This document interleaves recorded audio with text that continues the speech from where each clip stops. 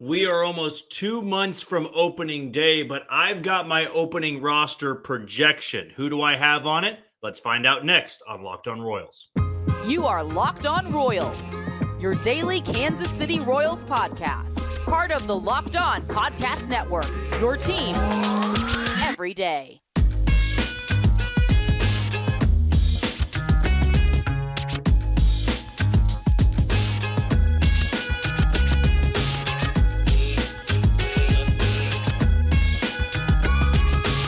Thank you for tuning in to another edition of Locked On Royals on the Locked On Podcast Network. As always, I am your host, Jack Johnson, and you can give me a follow on Twitter at JohnnyJ_15. That's at JOHNYJ_15. You also can find us on any of the podcasting platforms like Spotify, Apple Podcast, Amazon Music, Google Podcast. We are also on YouTube. About 130 subscribers away from 1,000, which is our goal for opening day 2024. So keep subscribing, and if you already have, send it to somebody who has not so we can get to that 1,000 number by the end of March. We're also live on TikTok and Instagram, so go be sure to follow us over there at locked_on_Royals. And like I said, Twitter, very easy to find us as well at JohnnyJ_15. Today's show is brought to you by Jase Medical and a variety of other sponsors, and we want to give them as much love as possible as we gear up for the start of spring training. A reminder that the Locked On Royals podcast will be down there in surprise for a few days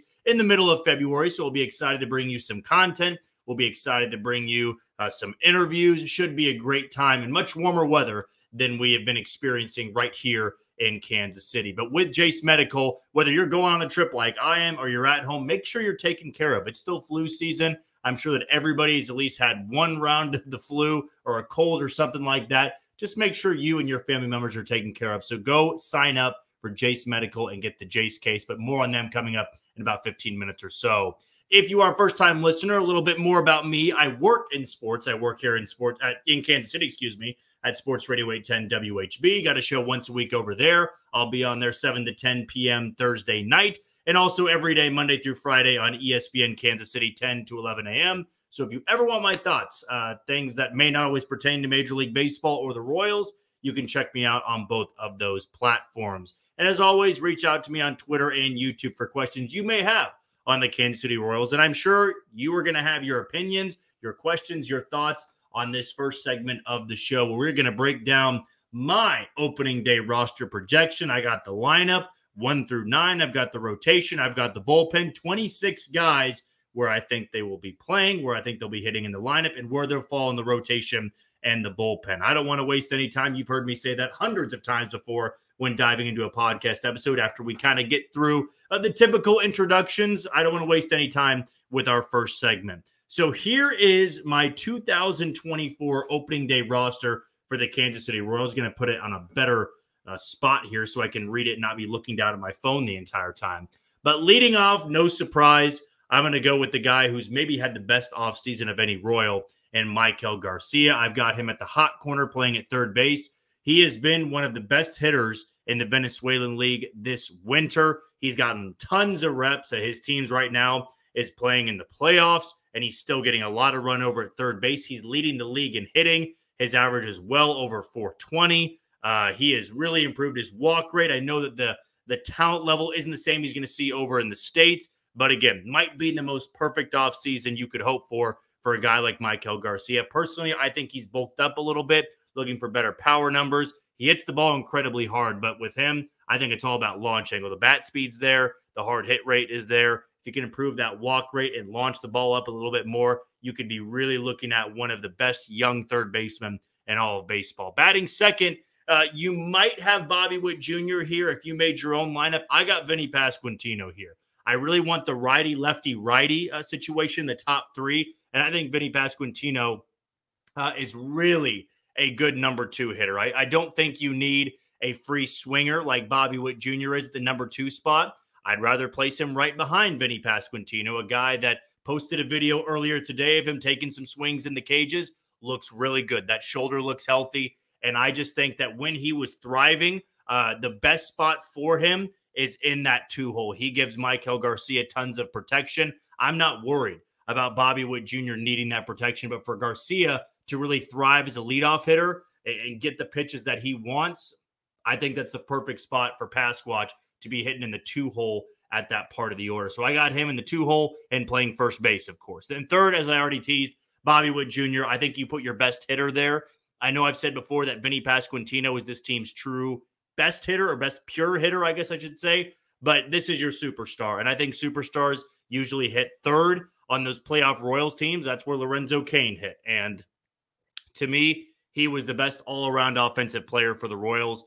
No surprise for me here. I got Bobby Witt Jr. playing shortstop and hitting in the 3-hole. Cleaning up, I got Salvador Perez and doing the catching. I expect him to DH more this year to get him off his feet a little bit more. But when he's in the lineup, I think he is just the stereotypical cleanup guy. And I do think we're going to see a much better version of him offensively. I think he's going to be healthier, looks to be in great shape. We already talked about that on last week's podcast episodes.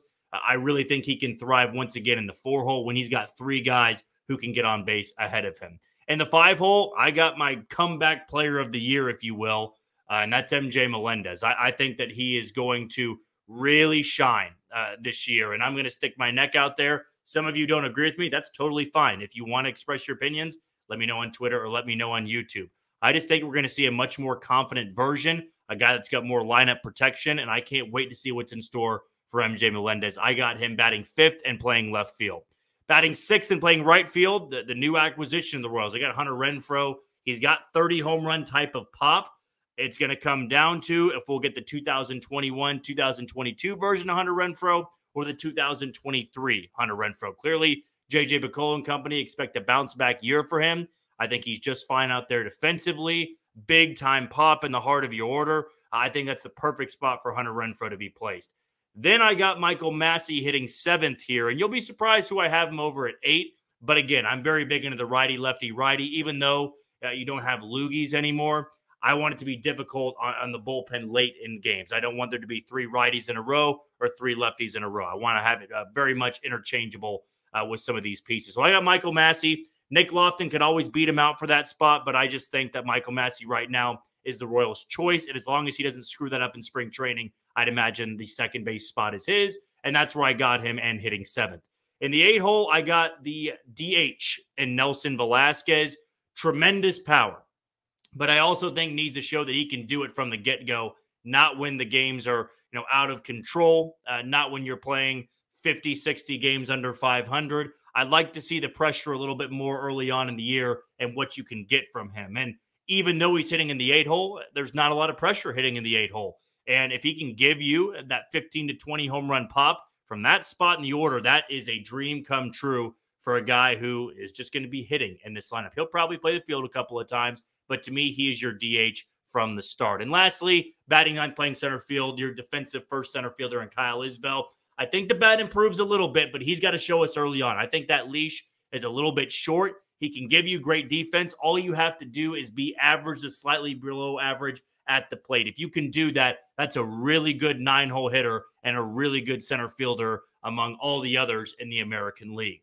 Then I go to the bench here. We'll make this one pretty quick. I got Freddie Fermin as the backup catcher. I got Garrett Hampson as your super utility. I've got Nick Lofton as another super utility guy. And I got Dairon Blanco beating out Drew Waters for the outfield spot.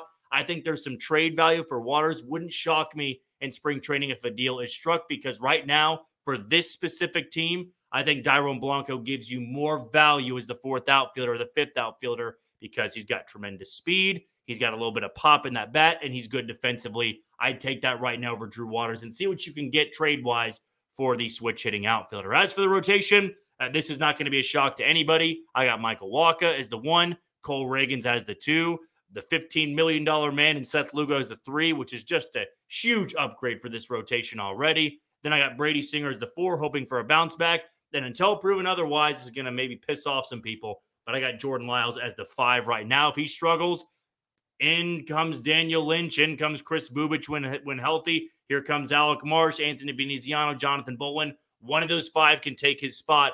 But to begin the year, I'd imagine since they're paying him and they expect him to bounce back, it'll be Jordan Lyles' spot to lose. Now for the bullpen real quickly. Carlos Hernandez, for some people that want him cut, that's not going to happen. The stuff is too good. And in a lower leverage role, I really think he can shine. Then I got Chris Stratton, one of your more reliable guys, I think, this year in the bullpen. He threw over 80 innings, I think it was, last year between Texas and St. Louis. You need one of those workhorses in the bullpen. Then I also got Nick Anderson, of course, coming over from Atlanta. That stuff is electric as long as he can stay healthy, and hoping that he can get through spring training and that month in February and March where you can just ease into the regular season. Need him to stay healthy. That's key number one. Then I got Matt Sauer, the Rule 5 pick you took from New York. I think the Royals have high expectation for him, and it's either he makes this team or you send him back to New York, and I think the Royals want him in this bullpen. James MacArthur, no surprise. Will Smith, no surprise. John McMillan, I think he could be the closer at some point if this team's in contention after the All-Star break. He's got the best stuff, maybe of anybody in the Royals pitching staff, more so in the bullpen. I think Reagan's, being a lefty, he's got the leg up on him, but for right-handers, I would take him over just about anybody, not only in Kansas City, but their entire organization. Then my left-hander, I think Jake Brentz is going to bounce back. I've said bounce back a lot in this segment, but if he can still have that velocity and you can get some form of that 2021 version of him, that's a great piece to add to the bullpen. They could always bring in somebody, minor league deal. Tyler Duffy could make this team, but to have an extra lefty, to me, it comes down to Brentz, Veneziano, and Taylor. I think they'd give the edge to Brentz if he shines in spring training, but we got to wait and see on that. We got to see where the velocity is at. So that is my 26-man roster. I think that was 26. If I was one over or one under, just let me know in the comments on YouTube or on Twitter. We'll take our first break of the show. When we come back, I'm going to go over a top prospect the Royals signed in their international process and why it's a big deal. That's next on Locked On Royals. You are tuned into Locked On Royals on the Locked On Podcast Network. I'm your host, Jack Johnson. You can give me a follow on Twitter at JohnnyJ_15. That's at JOHNYJ_15. Before we go any further, let's give a shout out to some of the title sponsors today, beginning with Jase Medical. And I know that we come to sports to escape for some of the crazy realities of real life, but can we talk for just a minute about preparing for real life? According to the FDA, pharmacies are running out of antibiotics like amoxicillin right in the middle of the worst flu season in over a decade. That, of course, is very, very scary. I can't imagine a more helpless feeling than if one of your loved ones, family members, dad, mom, grandparents came down with the flu or something worse, and you couldn't have a way to take care of them. I mean, I just got over the flu. Once again, I've kind of been battling that with the terrible weather here in Kansas City. Wasn't too bad, but it feels reassuring knowing that I can be taken care of, and that's because of the Jase case. It's a pack of 5 different antibiotics to treat a long list of bacterial illnesses, including UTIs, respiratory infections, sinusitis, skin infections, among others. This stuff could happen to any of us. So visit jasemedical.com and complete your physician encounter, and it will be reviewed by a board-certified physician, and your medications will be dispensed by a licensed pharmacy at a fraction of the regular cost. It's never been more important to be prepared than today. Go to jasemedical.com and use offer code LOCKEDON to get $20 off on your order. And one more shout out to one of our other title sponsors today in eBay Motors. Passion, drive, and patience. It's what brings home the winning trophy, and it's also what keeps your ride or die alive. eBay Motors has everything you need to maintain your vehicle and level it up to peak performance, from superchargers, roof racks, exhaust kits, LED headlights, and more. Whether you're into speed, power, or style, eBay Motors has you covered. With over 122 million parts for your number one ride or die, you'll always find exactly what you're looking for. And for eBay Guaranteed Fit, your part is guaranteed to fit your ride every time or your money back. Because with eBay Motors, you're burning rubber, not cash. With all the parts you need at the right prices you want, it's easy to turn your car into the MVP and bring home that win. Keep your ride or die alive at ebaymotors.com. Eligible items only. Exclusions apply. Well, it was a pretty big day back on Monday when the international signing period opened up, and the Royals were able to add a couple of high-end talent guys. And to me, it felt a little bit different. It felt like they took a different approach this year, which was a very good thing to see, considering their lack of success in the international department over the last half decade or so.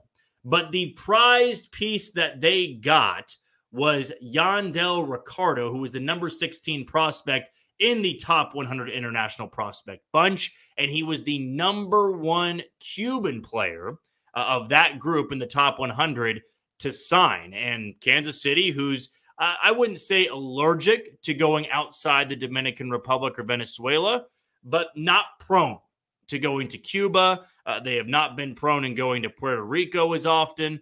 They have not been as prone to going even to Japan or, some of the other countries that can value baseball. They don't really think outside the box. Then they say very cookie cutter material of, the DR pumps out a lot of talent. Same with Venezuela. But you have to know that Cuba does too. And even though there's not a ton of Cuban prospects, this is a kid that I don't think the Royals wanted to see sign with somebody else. He's a big kid, big-time power, and he's a shortstop, which to me, that's boom or bust material. And what I mean by that, and that can also be scary to some fans going, well, if he is a bust, that's not good, right? But to me, the way I look at international prospects is very simple.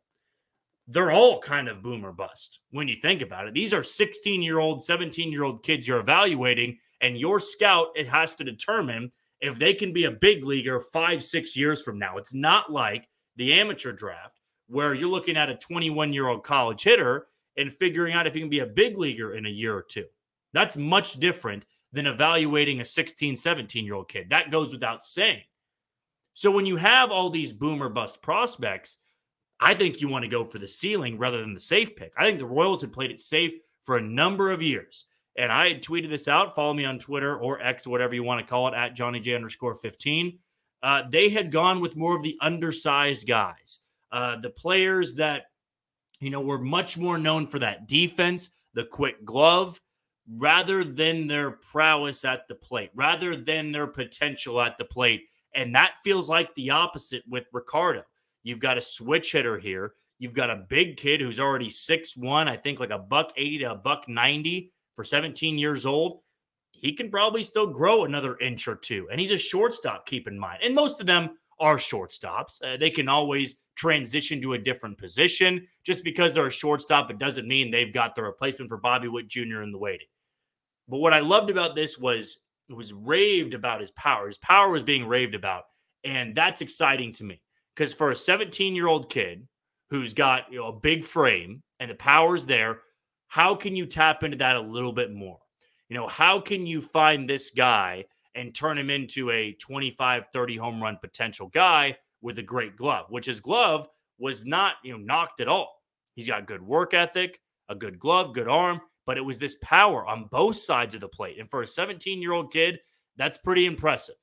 Not many 16, 17-year-old guys can have that type of pitch selection, power, and maturity from both sides of the plate. And on top of that, getting him from Cuba, it sounds so minor. It's like, well, wherever they sign these kids from, just as long as they're good. This is the Royals thinking outside the box a little bit, and that to me is exciting. That is fun for me to see because I've brought this up before, and it's that Albert Einstein quote of the definition of insanity is doing the same thing over and over again and not changing anything. Along those lines, not perfect at re-quoting things. I just think that's the way the Royals have looked at their past failures in the department. Well, you could go back to the same spots, look for the same kids, and just say, well, eventually one of them is going to hit. That's the way it works.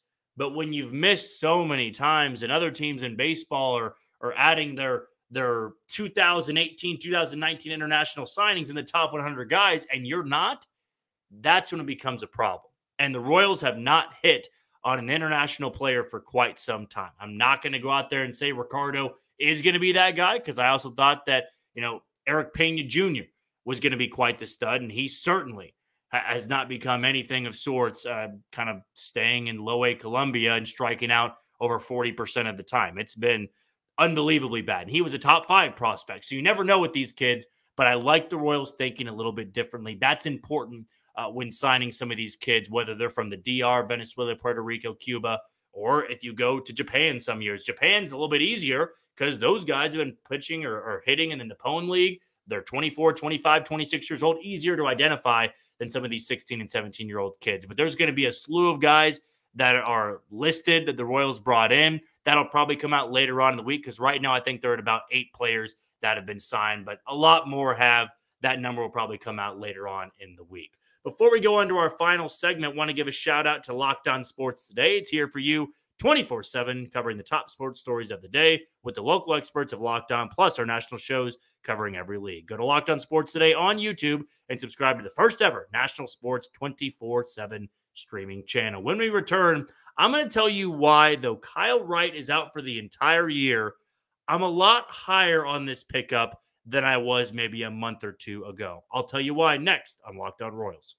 You are tuned into Locked On Royals on the Locked On Podcast Network. I'm your host, Jack Johnson. Be sure to follow me on Twitter or X at JohnnyJ_15. That's at JOHNYJ_15. And catch us on all the podcasting platforms like Spotify, Apple Podcast, Amazon Music, Google Podcast, Odyssey. We're also on YouTube. Just be sure to hit that follow button and subscribe. Before we dive into our final segment, one last shout out to the other title sponsor today in FanDuel. The NFL regular season is wrapped up, but there's still time to get in on the action with FanDuel, America's #1 sportsbook. Right now, new customers get $150 in bonus bets guaranteed when you place a $5 bet. That's $150 in bonus bets, win or lose. The app is so easy to use, and there are so many different ways to bet, like live same-game parlays, finding bets in the new Explore tab, making a parlay in the Parlay Hub, which is the best way to find popular parlays, and much, much more.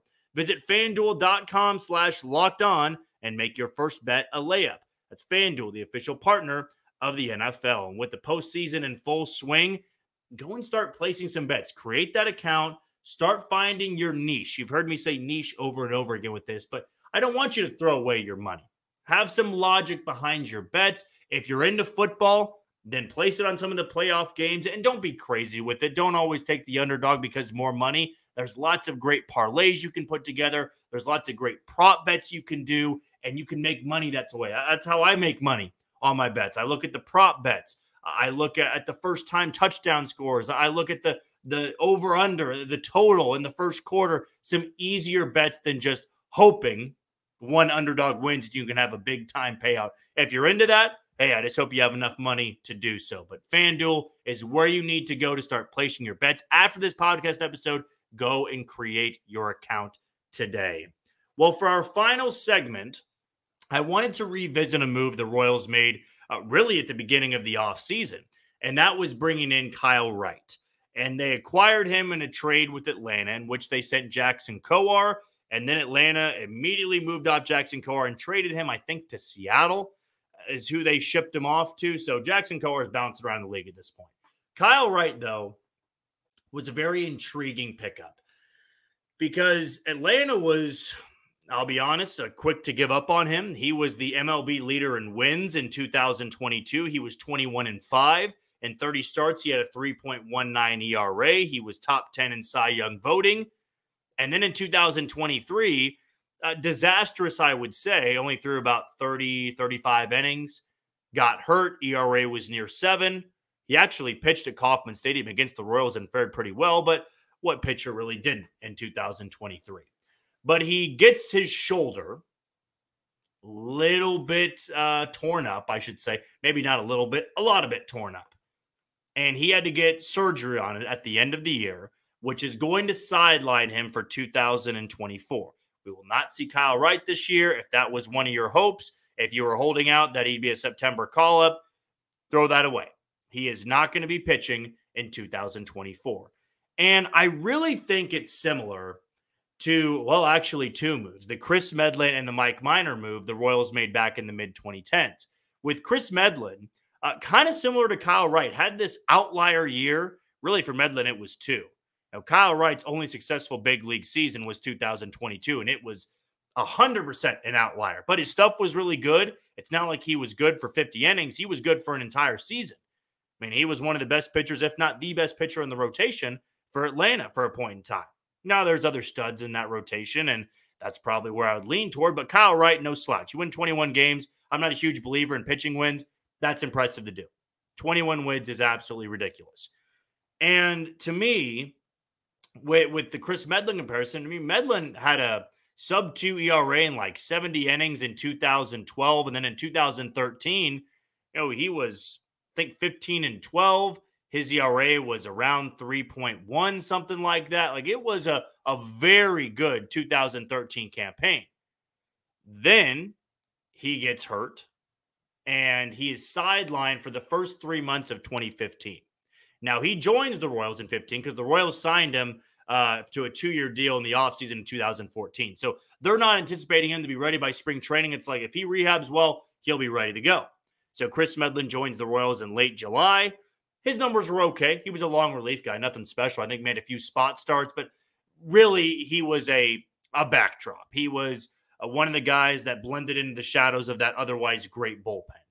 And the reason I think that Kyle Wright's in a better spot rather than Chris Medlen, and I think Chris Medlen, you got to give him his flowers, pay him his dues, because he was one of the guys that helped bring a World Series championship to Kansas City. Aside from that 2015 long relief stint, he was terrible the next year, and he was gone the year after that. There was not much to really write home about with Chris Medlen.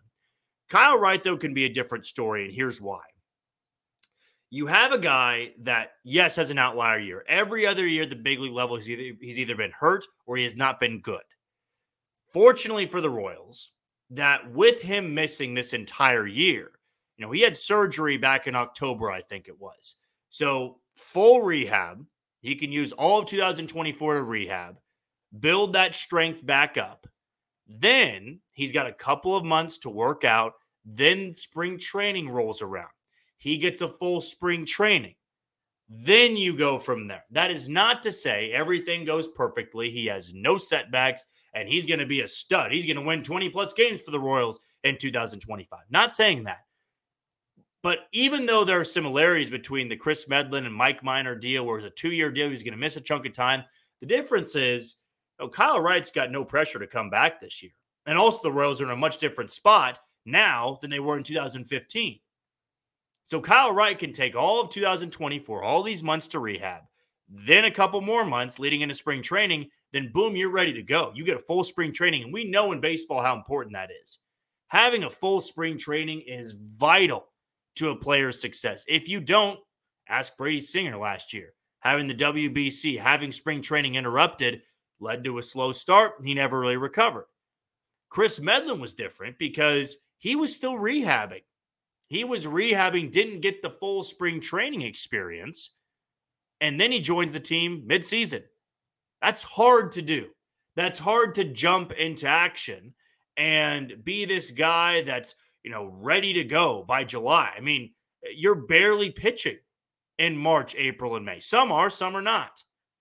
You like to have that cushion, though, of, hey, I feel 100%. There might be a time at the end of the year where Kyle Wright's like, I feel good. My shoulder feels great. I'm building it back up. And that's a great sign because then it's a new offseason. Now he can go into the offseason building that arm back up so he's ready to go by spring training. If this was a scenario that was completely identical to the Chris Medlen one, I think Kyle Wright would have a much higher chance of not being any good for Kansas City than he does missing all of 2024. If Kyle Wright had this injury and he was, bound to return by July, one, who knows where the Royals are at that point, but two, it's kind of a wonky season then. No spring training. Now you're building it up. Then you kind of get a little bit of game action in AA or AAA, and then it's go time. Now you got to join the big league team, and joining a big league team in the middle of the season after dealing with an injury, it is really, really difficult to do. Just ask any pitcher that has dealt with a 5, 6, 7 month injury before. Now, here's the other kicker here. So I got to end it with more of a downside to this. Shoulder injuries, different than Tommy John. I mean, the shoulder injury that he had, not many times do pitchers come back to the same level they were. But it's something to consider. And like we've said multiple times with this deal, they gave up Jackson Kowar. It's not like they broke the bank or traded a prospect for a guy like Kyle Wright. I just like this move a little bit more. When I think about it, he could have a much better chance to make this team in 2025 than I originally thought. So we'll keep our eyes on Kyle Wright in his rehab process throughout 2024.